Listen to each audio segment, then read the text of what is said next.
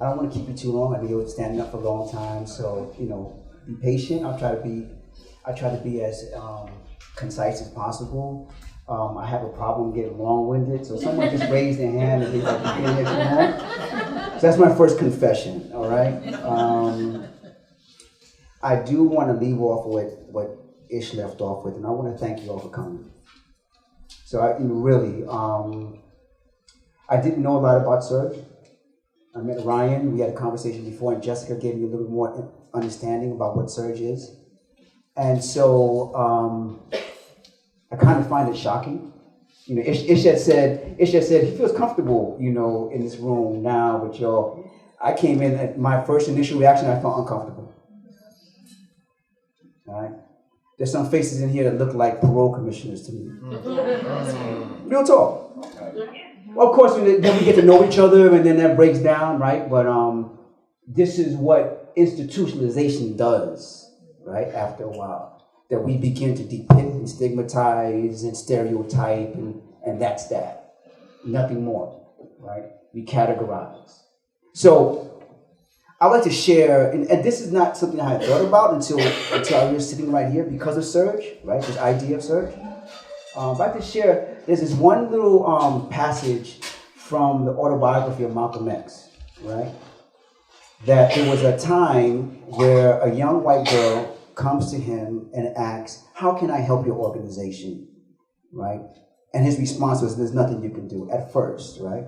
He was very black nationalist, very focused on considering white people as devil, right?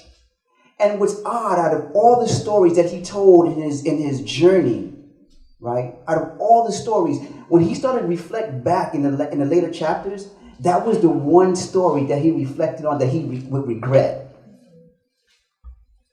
Because he said, this was an opportunity to maybe share with you so that you can inform your own people, that you have your own battles to deal with.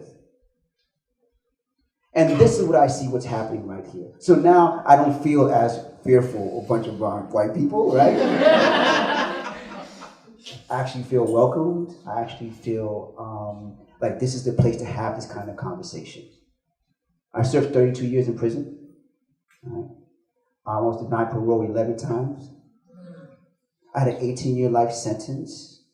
Right? By the time I went to my first parole board, I had a master's degree. I've been published in a couple of books, a couple other things I've done that were significant, that would show a transformation. All the things that could have been done and more.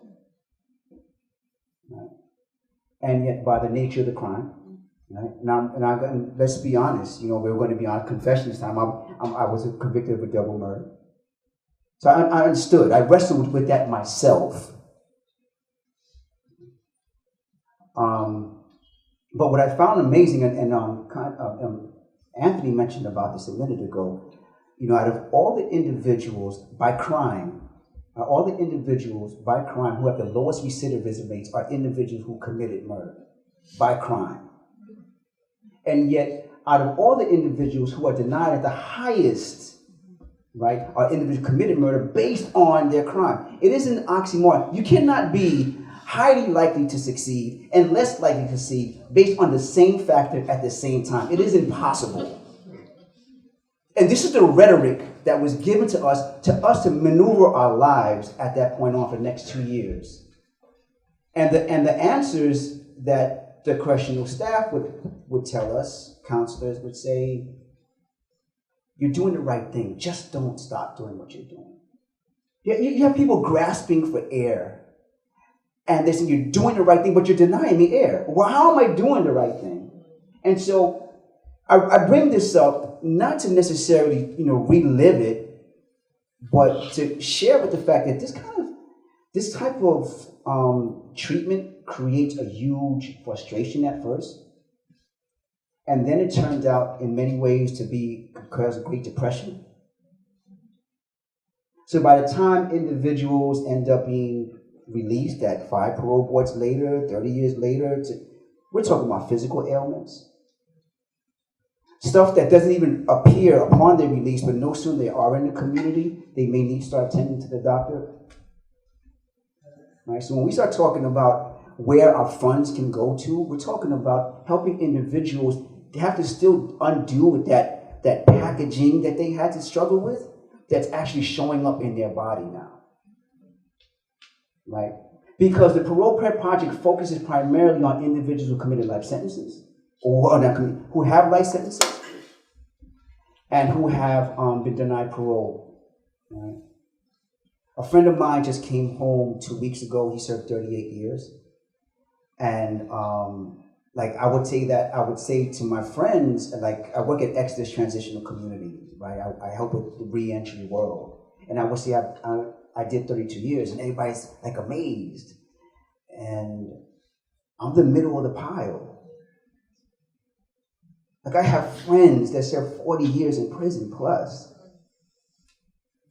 I mean, just therapy alone is required. So we can't even work on a regular day, 5 day a week, we're having some therapy. Imagine being incarcerated for that long.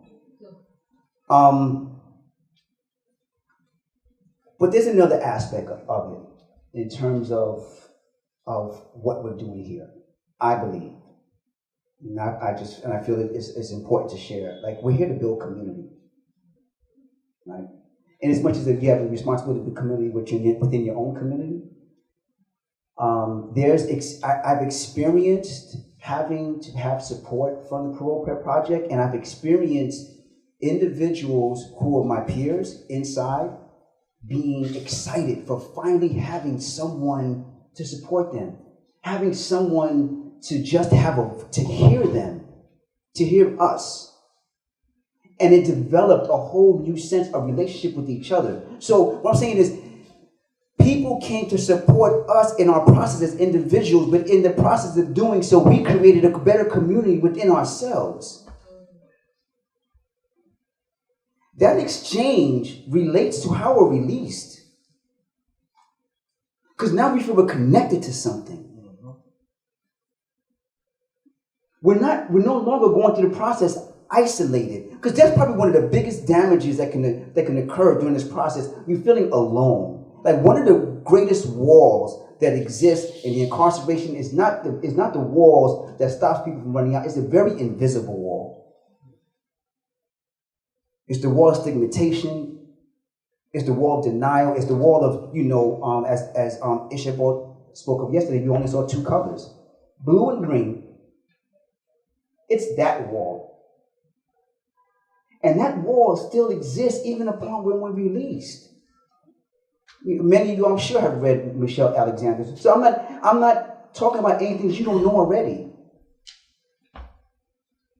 But there's another part of this, right? And it goes back to the Malcolm X story, right?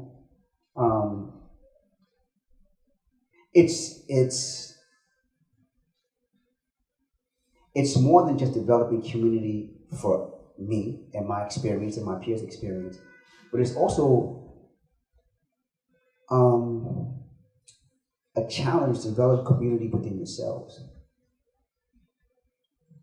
Like, both our humanities are at stake here. Let's be clear about that. It's not just mine, and it's not just others that have had that experience.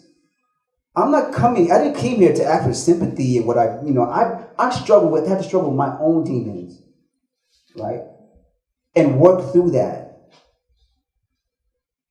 I want to work with people. I don't want help to be another kind of person that somebody else must design me to say, you must be this way in order to be accepted.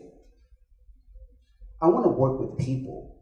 And that requires, leveling the playing field on both sides, very equitable leveling the playing field. Right? So this is a challenge. You know what you've given already, and you can choose to give more, and you don't have to. I'm sure, and I know this is a group that's dealing with SURJ, and they have a lot of background, and your presence here says something in and of itself. Right, but if you gave, and I don't want to be so bold, like thousands and millions of dollars, I don't be that bold. But if you get tons of money, right, and yet, still not, as Ish's example with the homeless, you still have a difficulty with that. You still have I'm amazed sometimes if I'm on the subway and I'm sitting here and there's an empty seat here, there's another black guy sitting there. I can bet my bottom dollar that another white person would not sit in that seat. I don't care how crowded the space is. Unless we're able to challenge that, this is SURJ, right? So unless we're able to challenge that, then really the money is like really tokenism. Now, to a starving person, they may take it, and they may think that's freedom in there, right? But then there's some that are starving that's a little more critical, you know, and I'm one of those. I'm a little more critical. So, you know, I encourage you to take that challenge, both financially, because this is what we're here for. This is why you guys got invited for. Let's be clear. Yeah. But a little further, my ask is to take it a little further. Thank you so much for allowing me to have the time to speak.